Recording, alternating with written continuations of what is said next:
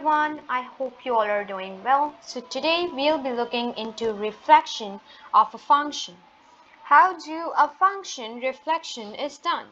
At very first, I'll explain you via the meaning of reflection. Meaning of reflection means mirroring something. That probably can be, just suppose we do have a graph. Okay, the lines are a bit tangled. So just suppose that this is a graph and we are about to mirror it according to the y-axis.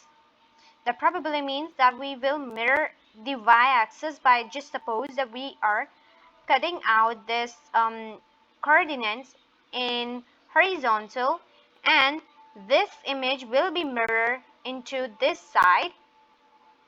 Now what will happen? It will become like this. So this kind of mirroring is called the reflection of the function. Now usually there are two types of reflection. At very first, we all know that we do have the two axes. First one is known as the y-axis and second one is x-axis. So there are also the two mirror images system. In first image system, we cut the coordinates in the horizontal way. That is termed as the x-axis mirror or x-axis reflection. And when we cut the same coordinates in the horizontal way, so this is called the y-axis reflection. Now, I very first just suppose that I am given a situation that let's take the example of fx is equal to x square. Now you know how the x square graph is plotted. It is in this way. Okay, it's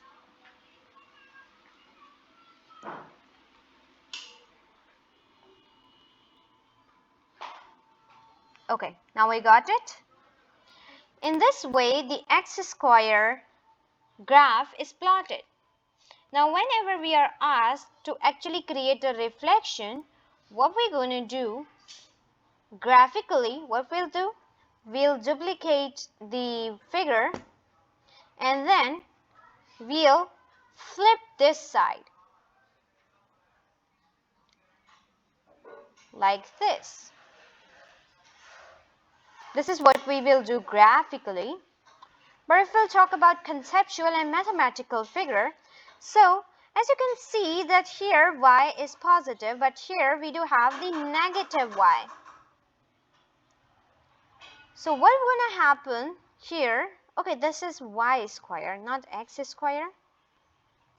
What's going to happen here is the gx will become